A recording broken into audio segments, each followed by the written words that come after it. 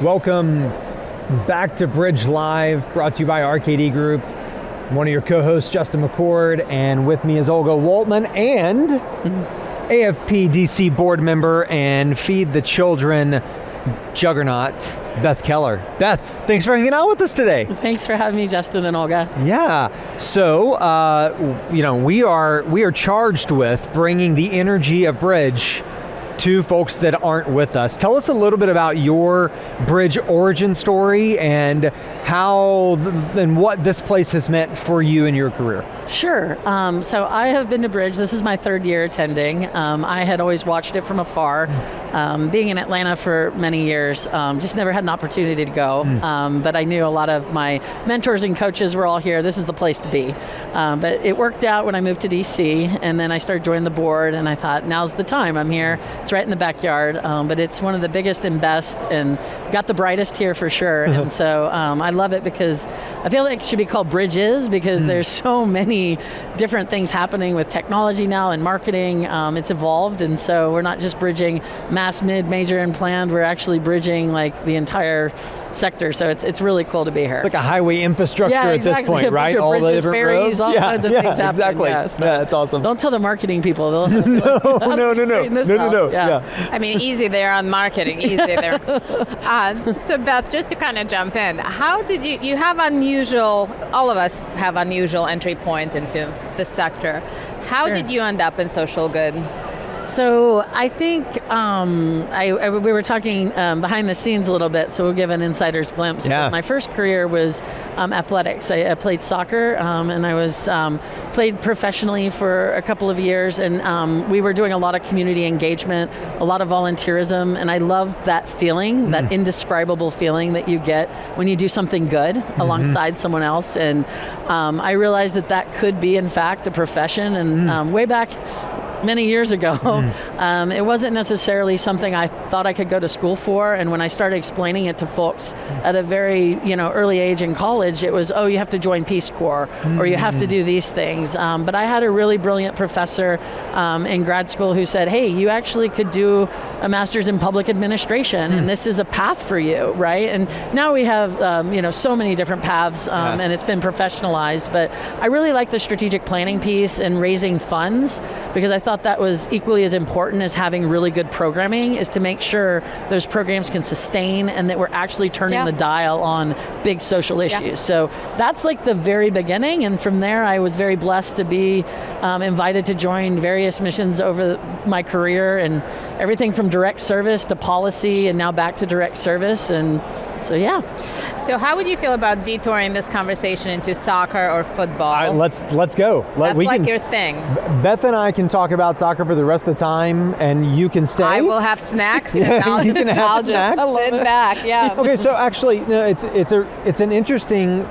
There is an interesting tie, I believe, between athletics and/or especially the community and passion of soccer to fundraising. And so I worked in soccer for a handful of years in the front office of professional organizations. And Beth, one of the things that I always appreciated was the supporters culture in soccer. Sure. That there are people who their Star Trek is that team. Sure. Right? Sure. And I think that there's a parallel to that in fundraising, that the supporters culture is the lifeblood of this. Absolutely. Sure. I mean, it's just so unique. I guess maybe if we just draw this out for a little bit, like talk about what you think, especially on the direct service side, which you're in now, what it looks like for a donor's passion to come to life alongside a mission. Yeah, and that's the part, Justin, that's exactly right. I love that. I love the donor's journey. I think that's the best part. I love unlocking and listening. I had a mentor say, you have 2 ears and 1 mouth for a reason. You're supposed to listen more than talk when you're with a donor. And you listen to their journey and their life story, and you start picking up on those passions and things, and you start aligning it with the need and the things that you know the community needs. And you're not necessarily saying to the donor, what do you want to help with? You're asking the community, they have the solutions. What do you think the solutions are? And then you're matchmaking, and it's beautiful. And you're moving them from donors to, I call them raving fans, like you're saying, like these crazy supporters throwing things around in the state. You want them that excited to talk about your mission because they feel a part. They literally feel like the louder they yell, the more goals you're going to score. And so we want the donor journey to experience that too, where they really feel like whether it's $1, whether it's $10, whether it's monthly, whether it's major, if they're moving all over, their lives are journeys. And so they might be making a major gift this year and then fall on hard times or have kids in college and then they dip back down, and it's not even down and up, it's the whole ecosystem, which honestly is what I really enjoy at Feed the Children, where I'm at now, is because we are working with RKD on a lot of this donor journey and how it's all connected and not labeling these people in these different areas. But I think we might all agree in these different areas, a raving fan is an amazing thing to have, right? So yeah. My takeaway is that I didn't make it in soccer because I didn't have people cheering loudly enough for me. Olga can be our raving fan at Feed the Children. That's true, yes. Yeah, there's still opportunities. I'll get my pom-poms. We'll get her a jersey. Yeah. Jersey and pom-poms. So you mentioned being at Feed the Children, and you worked also for Habitat. So those are, when you think about anthropology, like that whole pyramid of human needs, right? Like that's at the base. That's fundamental: food, shelter, etc. Safety, And then you've also worked for an organization, Brookings Institution, which is kind of opposite of that. It's policy, think tank, very high level, kind of at the top of that pyramid. How does fundraising differ between different types of organizations? What are the challenges? What are some opportunities with each? Sure. I just attended a great session with two of my colleagues from AFPDC, and they were talking about this, and there's no right or wrong way to fundraise based off of your organization. And so what works in one is absolutely not going to work in another. And you've nailed it, because at the Brookings Institution, we did not do mass anything. Everything is very bespoke. Everything is very deep, 7 and 8 layers deep. There's nothing topical. You needed an SME, a subject matter expert everywhere you went. The scholars were driving the conversations, and we were conduits, as we should be always with subject matter experts. But I can also talk a lot more about health and human services than I can the energy efficiency of why all these other things happen, right? So we were very much focused on major and principal level giving, transformational giving at Brookings, which is great, and because there wasn't direct service. It was a lot harder to talk to the donor about how that investment over the next 25 years is going to chip away at the policy that will then impact hundreds, if not millions of people. But that also is, people get very passionate about that. And so I think it's just about how you customize your, I call it an argument or a case for what you do. You might lean more on pathos and the heartstrings, or you might lean more on ethos at Brookings, the credibility, 100-year-old institution with the best and brightest in the world, working on the hardest problems. But I think at the end of the day, there are things that keep people up at night. These problems are big, they're systemic, they're poverty and hunger, war and national security, like these things are big, and regardless of where you're attacking it, whether you're attacking it at a basic level of safety, or you're looking 25 years ahead and going, I want the next 6 presidents to be aligned on this particular geopolitical angle, it's the same. It's a passion, and you want the raving fan. So, it's... it's been an interesting path. I do have kind of a goal for myself. I don't like to plan too far, but I'm trying to pick up the tools that I need, and policy and this level of engagement and donor engagement was something I needed in the toolbox. And now I'm at a place that's a global movement. I mean, it's not a mission, this is a movement that our CEO and our team have put together, and I'm just like blessed to be there, and we're giddy up. Giddy up. Ali, what's so evident, Beth, in hearing you share is that you're a deep thinker about fundraising in addition to being a fundraiser. And I think we both appreciate that the art and the science absolutely come out. What is it that is hard about being a fundraiser, and then what is it that is easy? Think about what are the things that are the hardest parts, and then what are the parts that doesn't have to mean that you're a deep thinker, but what are the parts that are easy about being a fundraiser? Sure. I'm like, how long do we have? I think the hard part is if you take it personal. I see a lot of folks in the industry that take it personal, right? It is personal. It's life's work. We've dedicated our lives to this. It's different than making widgets and whatnot, right? Like, so this is something that is deeply personal. And so to separate yourself from that when you're making an ask and asking somebody to join something, to engage in something, and they say no. But as a fundraiser over the years, all I'm hearing is a yes to something else. It was the wrong person, it was the wrong place, it was the wrong time, and we'll come back to that. And how can we help you get to the yes? But that is really hard, and it's a lot of those. It's water wears away at the stone. It's persistence, it's discipline, it's methodology. It's very much the science. And then it's letting, I believe, and I'm very strong in my faith, I believe it's something bigger than all of us, right? And that just takes over. And if you do all of those things right, it works. And that part is easy. But it's hard to trust that that's going to work. Totally. I'm not going to tell my supervisor, hey, our goals are on faith and good hard work. Right. Yes. But it is hard. I think it's hard because you do take it personal and you feel like you built a strong case. And how could you not support these kids going to bed hungry and making sure that they have full bowls and bellies? Like, how do you not do that, right? And so, you can take it very personal. So I hope that answers. Oh my gosh, yes. I mean, as you're sharing it, the thing that comes to mind for me is, and right now I'm involved in a large project that someone told me, Justin, you have spent hundreds and hundreds, if not thousands of hours thinking about this thing. And when you talk to someone, they've spent seconds or minutes. And so you can't expect them to be as dialed into that thing as you. And I feel that as you're talking about when you're sitting with a donor, a prospective donor, I think a lot of times what bubbles for us is the time that we've spent with something. That's right.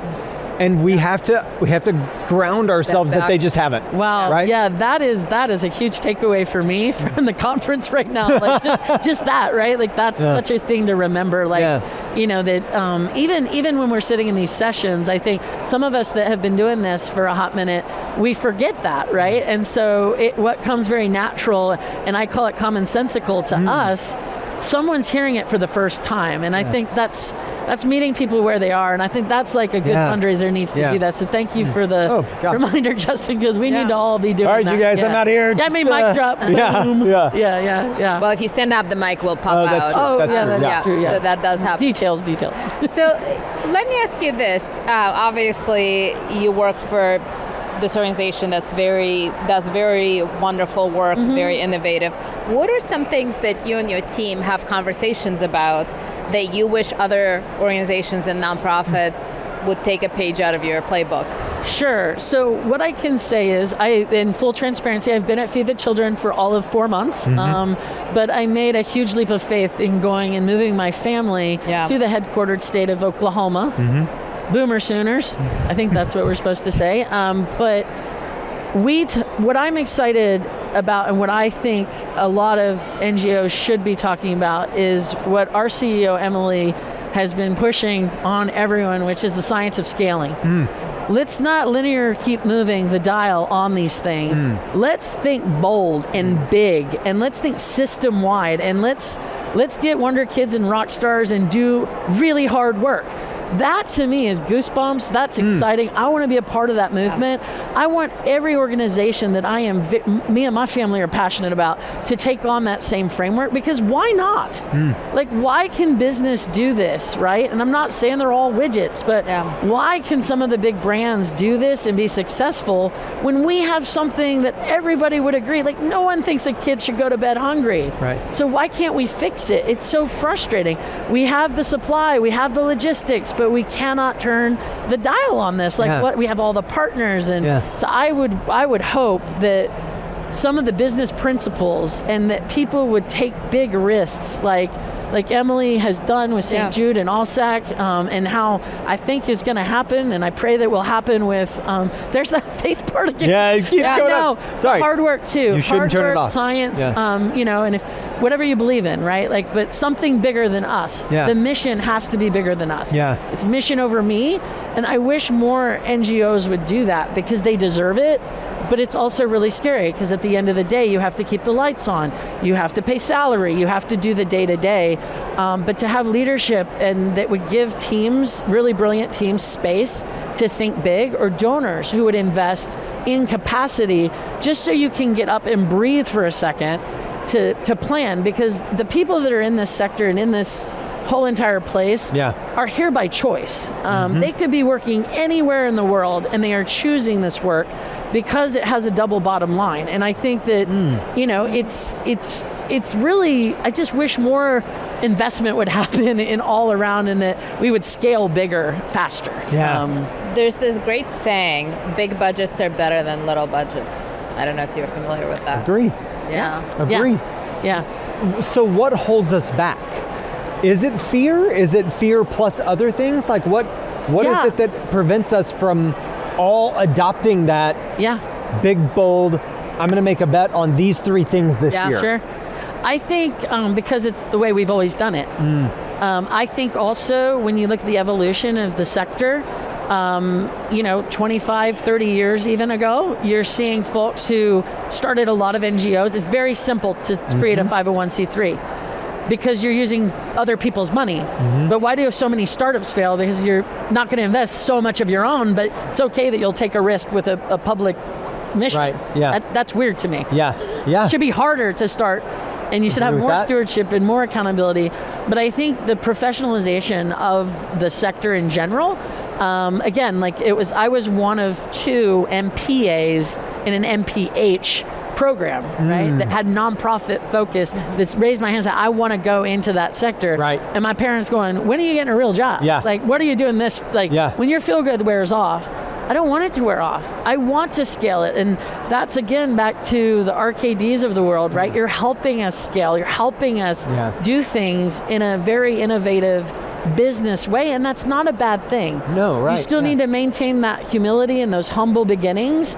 But I think a lot of folks, you know, if they had a child that passed of a certain disease, they start a nonprofit, right? And they have great intentions, and the pathos totally there. The business sense, I think it's shifted from charity to impact investing, and it's gone from expenses to investments and expectations of outcomes instead of outputs. All of these things are important, but like we're getting, you know, smarter about it, and the missions of all of these organizations deserve it, I think. So I think that's probably why, is it hasn't met its full potential, and some of these, you know, tools that we're seeing being used, more sophisticated at more, you know, smaller organizations with technology, places like this that are educating and bringing everybody on board. It's creating equity, I think, where there's going to be a standard and the whole floor lifts. Totally. You know, so needed.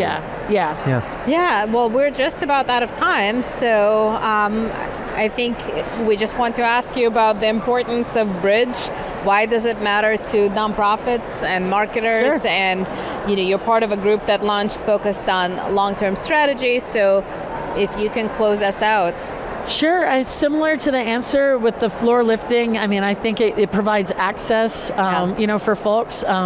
Network, certainly networking. I know I have speed dial at least 10 friends, and 10 brings vendors and providers together. You've got fundraisers and leaders.